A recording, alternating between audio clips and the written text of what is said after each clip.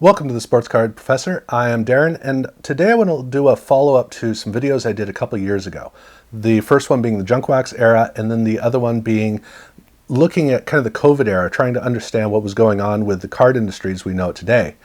And what I wanted to do now is to kind of recap, because we've had a long time, and I think that I've gotten a feel for what the big lesson that we're going to be learning in the card industry.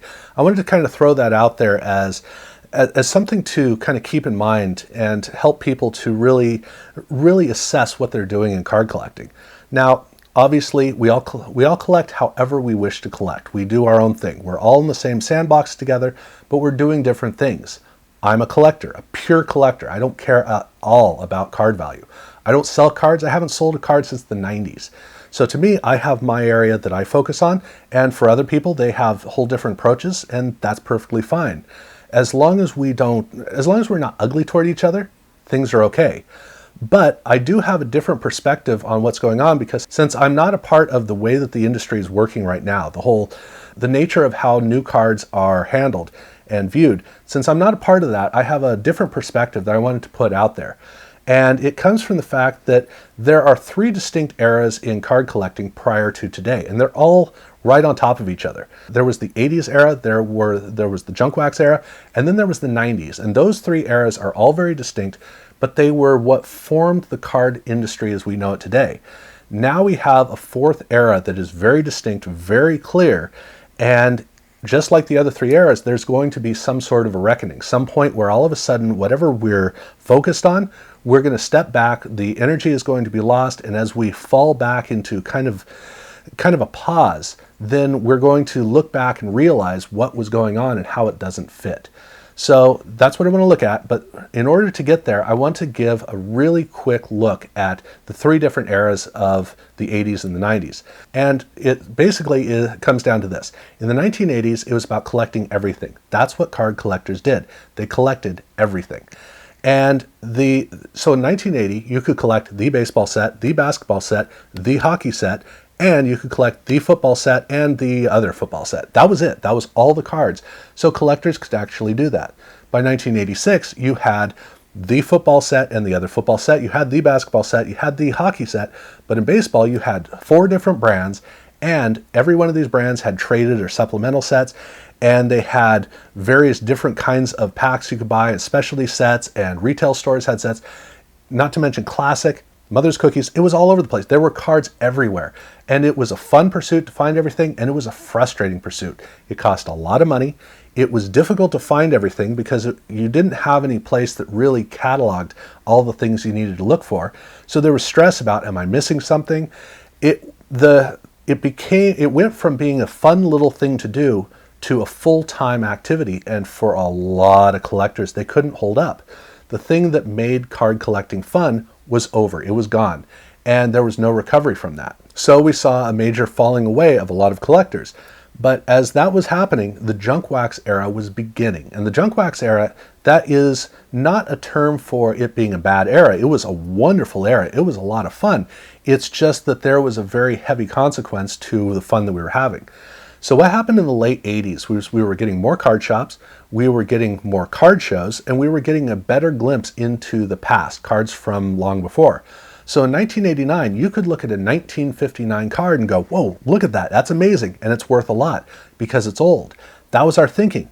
The old cards are valuable because they're old. So the idea from 59 to 89, that's 30 years. Well, 30 years from now, all these 89 cards are going to be worth what the 59 cards were. And we had this idea that, okay, so the next Mickey Mantle rookie card will be a Don Mattingly rookie card. What we needed to learn was the cards weren't valuable because they were old. They were valuable because they were rare. That was the lesson. And in 89, 1990, 1991, rarity is not what these cards are known for. That's why we have the term the junk wax era. If you want to know more, I've got a whole video talking about it. But in essence, that was the big problem, was the fact that we were looking at the cards in the wrong way, and we didn't understand how to look at it. So we were buying as much stuff as we could because we figured age equal value, but we needed to learn that rarity was value. And this was a lesson that we would evolve through the 1990s, which is what the 90s were all about. In 1991, that was the last year of the junk wax era, and 1992 was the transition into the 90s. So it was a lot of holdover of the junk wax, but it was also the beginning of the new, more rare world of card collecting. 1993 was the first year of the 90s or the 90s era, as card companies were actually scaling back to a somewhat manageable level. But the 90s was all about this evolution, trying to evolve cards into the natural place it was going to be. And it was fun to do that, in part because of how much creativity was involved. Now, I recently did 2 videos on Donruss Studio, the first, basically 1991 through 1995.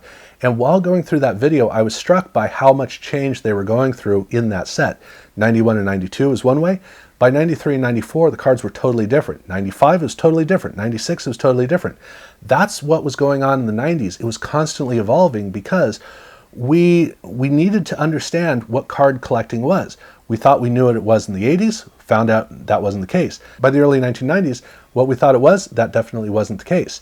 Even though in the junk wax era, we knew we couldn't collect everything, our shift in focus had shifted over to another abstract that didn't quite make sense. So in the 90s, we were constantly playing around trying to figure out the next step. And the 2 things that defined it were, 1, more rarity. So the card sets were constantly being more rare, more rare, more rare. But the other thing was technological innovation. Make the cards more special so that you have the card to collect. That was the thing. They wanted to have the distinct card. And since everybody was doing that, there were always multiple the cards. And so as they were trying to get more complex cards and raise the price in order to make them more rare, everybody was doing it at the same time. Everything got more expensive. And by the end of the decade, all cards were too expensive, but there were way too many options. And when you're spending that kind of money and you have too many options, it eats its own, it eats itself. You're competing with yourself, and that's not going to work. So by the end of the decade, card companies scaled back, and they dropped back to, instead of chasing something new, they dropped back into patterns, and they kept making the same set over and over again, adding a little bit here, a little bit there, but really not trying to do too much. The idea was, let's even it out and just coast along, just cruise along and let the card industry be. And that worked really well. Now the number of brands scaled way back so that it got down to, that's the top set, that's the upper deck set, that's the Fleer set, that's whatever Panini is selling at this time. And for 2 decades, the whole industry was basically asleep. And then all of a sudden, around 2020, everything exploded and we didn't understand what had happened. It was difficult to really grasp it, and we're still trying to come to terms with it. But in this new explosion of activity, it's very similar to what happened in the junk wax era in terms of a whole bunch of people coming in and being excited about something that's going on. The 80s was more about card collectors themselves, the people who'd been doing this and naturally would do this. The 90s was the residual, those of us who had been in the junk wax era, who were continuing along down the path, trying to figure out just exactly who we were now. That's what those eras were. But the junk wax era was a massive explosion of new people into the hobby who were trying to find their way through. And that's the way it is today. I would say there's a small percentage of people in the hobby today who were in the hobby 10 years ago. In fact, most of the people you listen to weren't in the hobby 10 years ago. So it's all brand new, fresh ideas, which is awesome. But there's no context. There's no historical understanding of what had come before. And unlike the junk wax era, where we needed to learn lessons because the lessons couldn't have been there to learn, that was a fresh new lesson that we had to learn. Here, we actually do have all the pieces to understand it. And that's where I think the problem lies. And the problem, I believe, at this point in time, the big thing that we're going to learn at the end of this arc is that it's about rarity. And that's the misconception that we have. So to give an idea of how rarity factors into it, let's look at automobiles, supercars. Now in the 1980s, the time I grew up, there were 4 different supercars. There was the Lamborghini Countach, there was the Ferrari Testarossa, the Porsche 959, and the Ferrari F40. By 1990, we're starting to get the Diablo and the XJ220, and there was a little bit of evolution away from these 4 cars. But in the 1980s, those were the cars, and oh, they were incredible. Very distinctive. You also had a second tier with the Corvette and the 911, and you had those as well, but we all looked at the same 4 cars and we said, that is incredible. We all agreed on that. In the 90s, you got some more cars and they started to look a little bit more the same. And then by now you got what, 15, 20 supercars all right now actively being sold. And it's enough that you've forgotten what the cars were 10 years ago. And that's where you run into a problem, because if you point to one of the supercars of the 80s or the rare supercars of the 70s or 60s, you point to a Jaguar E-Type, you look at an SL Gullwing, you look at a Mira, those are distinctive. A Testarossa, nothing looks like a Testarossa. The Countach, okay, the Vectra looks kind of similar, but for the most part, the Countach looks like a Countach, very distinctive. The 959, well, that and the Taurus were what the entire 90s were designed after, so everybody duplicated the 959. The F40, that's a pretty distinctive car. So those 4 cars, or at least 3 of those cars, still to this day stand out as very distinct, and they still have their value as iconic cars because they're not lost in the sea of cars. You look at modern cars and it's just the next fastest new thing. It's the next new toy. But most modern supercars look basically the same. There's not much difference between them. And being stuck in that sea of cars means that if you look at a 2010 supercar, why does that look distinctive? If somebody's not already a fan and knows how to look at all the little details of the difference between one car and another, how are they ever going to see it to where it stands out?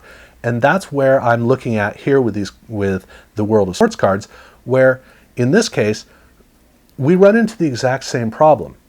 If you look at 1984, Dan Marino, which of all of his rookie cards are you going to try to get? Well, how about, the only one?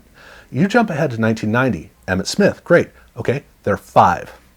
And which one are you gonna, if you had the chance to get one, which would you get? Probably the Score Supplemental card, because it's probably the most rare, most valuable. But you also might want to go with the Action Packed card, because in the case of Action Packed, that was actually in packs. So that is an actual true rookie. But that's basically what you're looking at, but really you got 5. That's all you have. And so you can look at them, see them distinctively, make very clear decisions about which one is better and which one's worse. If somebody offered you 2, it'd be pretty easy to choose the 2. Now, let's step ahead to 1998. Now we got a problem where Peyton Manning's rookie card, which one? Let's say that somebody has a collection of all of his rookie cards. We're not going to get too much into one of ones, but we're going to say all of his rookie cards. Somebody has a collection and they get burned out and they go, you know what? I'm not even going to sell it. I'm just going to give it away. And they come up to you and they say, all right, I'm going to give them all away. I'm going to give two each to different collectors. I'm going to give you the shot of choosing the first ones. Now you're going to look and you're going to go, man, this is awesome. Which one do I get? Do I get an autograph? Do I get a serial numbered card, rare serial numbered card? Am I collecting a set? If the person has one of ones, which one of ones do you choose? Because what's the difference between any of them? If not one of ones, what's iconic? That becomes the problem. Okay, Topps Chrome is probably the most iconic. Maybe not. It becomes really difficult when you all of a sudden look at this vast array of rookie cards and you got to choose 2 that are so distinctive that you walk away going, everybody's going to be jealous of me, because the odds are the next person who comes along is going to feel the same way, and they're going to think, I can't believe I was the one who got these cards. Why didn't the idiot who came before get these cards? That's what you run into, is the fact that we don't have a place to go and really focus on one individual rookie card of an individual player. So if we skip ahead to now and we say, okay, Patrick Mahomes. What are the 2 rookie cards of Patrick Mahomes that are the rookie cards? The ones that everybody's going to look at and go, oh, that is the rookie card. If you're looking at rarity, how many one-of-one rookie cards does he have? A ton. He has a whole bunch of them. And it's difficult to really grasp what a one-of-one card is, because your thought is, well, there's only one, so that makes it rare. But the truth is, that's not necessarily the case. You can have a card set that has 20 variations of a card, and every one of those cards has a one-of-one. And those cards may also have all of the printing plates that are also one-of-one, and maybe an autograph of one-of-one. Suddenly you can have one card with 20 regular one-of-ones, and then an additional 80 from all the printing plates, and an additional 20 that are all autographed, in which case now you got 120 one-of-one cards. And when you have 120 one-of-one cards, Which one?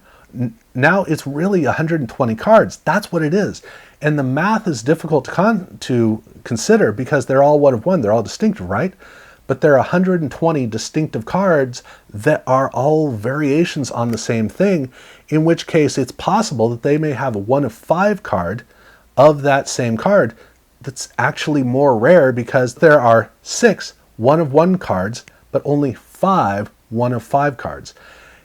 It's weird to think of, but if you go into a card shop and you look and they have 1 of 1 card, you look at that and you go, oh man, they've only got 1. I can't believe I can get it. And you're going to pay a lot of money for it. But if you go in and they have 5 of the same card, they're all different versions of the same card, but they're all numbered 1 of 1, you're going to look, go, oh cool. Wait, which one do I get? And now you got to choose which 1 of 1 is more worthwhile than the other 1 of 1s. And on top of that, are you going to pay the same amount? No, not at all, because now you have options, and so the value, the perceived value is going to come down. There's nothing distinctive about these 1 of 1 cards to the extent that they used to be, where there was just, one of those cards. But now there's so many versions of the cards that it's difficult to pick out one individual card, and that's where we're at in the hobby right now. The hobby is built not around a couple of iconic cards. It is built around so many, many, many, many, many different versions of cards for a player. And so where Dan Marino has 1 rookie card, Emmitt Smith has 5, Peyton Manning probably has 80 or so, but with Patrick Mahomes, it's hundreds, if not thousands of distinct cards. And that's where you run into a problem. So if you're buying a card because it's rare, the value of it isn't the rarity, just like what we were looking at in the 1990s wasn't about old cards being old, they were rare. But we all agreed on the Mickey Mantle rookie card. We all agreed on the Joe Namath rookie card. There were, eventually the Michael Jordan rookie card enters into that group. We all looked at the same card, Dan Marino. We all agree on that card. We all look at the same card. We go, I want one of those. That's what I want. I want one of those. And so we all focus our attention on it. That's why there are an estimated 1 million Ken Griffey Jr. rookie cards from Upper Deck. The value wouldn't show that, but we all agree that that is the rookie card, and that's how we focus. And that's where the real value in cards come. And so when you look at this utter madness of cards right now, which card do you care to get? If you had the opportunity to get 1 Patrick Mahomes rookie card, just period, the 1 card, what one's it going to be? Odds are you're not going to figure it out. And when you have too many options, you have no options. There's a movie called The Point with a great line. A point in every direction is the same as no point at all. And that's kind of where we're at. If you're looking at a card because it's rare, why, a few years down the road, is somebody going to agree with you that that particular rare card is worth something? If you go back and look at rare cards from 2018, why are those cards not worth what these cards are worth now? And that's where you run into a problem down the road, is if you're doing this because it's your passion, great, absolutely. But the big problem with the junk wax era, the reason why we keep focusing on that era, is because people were investing their savings. This was, we approach cards as investments, and then we learned if you don't know what you're doing, it's not going to work. And we were constantly trying to understand, how do you approach investing in cards? And it's a tough gig to do.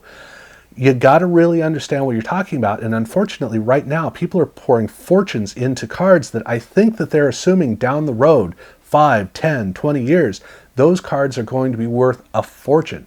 But the fact is, how many of these cards are going to stand out? What's going to be distinctive about one card versus another card? Just like I was talking about with automobiles, at least in the 1980s, there were 4 that were at that upper echelon that we all looked at and we all dreamed about. They were our supermodels. And even today, if you talk to somebody who grew up in the 1980s and you talk about, hey, how'd you like a Ferrari Testarossa?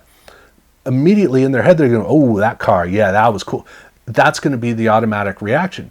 But when you get a whole bunch of supercars, you might be going, well, I mean, yeah, the F40 was good, but then there was the F50, and all of a sudden it doesn't have the same clarity of vision. And that's where I see a problem. So we were thinking it was going to be an issue with slabs. And I don't think that the era now is the era when I'm doing this video, which is here in 2022. I think that we've pretty well understood at this point, it's not a problem with slabs. That's its own kind of weird event. But I see people focused on investing in rarity, not understanding what rarity is. Rarity is not about the actual print run of an individual card. Rarity is about the combination of the iconic stature of a card, how well does it stand out, and how easily can you get, if not it, other cards that are similar. And this is something that we've been dealing with for a while. We've been trying to understand it, but right now there is a big party going on and people really aren't paying attention to what's going on. And I think there's going to be a reckoning. Now, do I think we need to solve this? No. Look, do what you want to do, have fun. During the junk wax era, it was not a down time for card collecting. It was an amazing time. It was a lot of fun. For a lot of people, they woke up with a hangover and they had a tough time afterwards. But for others, like myself, I know that the junk wax era was a period of time, and I look at it as an historian, but I didn't feel any of it. It was great. And so if you can enjoy having all the fun that's going on, great, absolutely great. But I do think that we're going to get to a point where card investors, people who are actually interested in the value of cards, are going to wake up one day and they're going to look at their cards in a similar way to the way that we, by 1992 and 1993, were looking at the 88 through 1991 era of cards. All those cards that we had, they're just going to look different because all of a sudden we're going to see that there are too many. And I have a feeling that that's what we're going to be looking at down the road.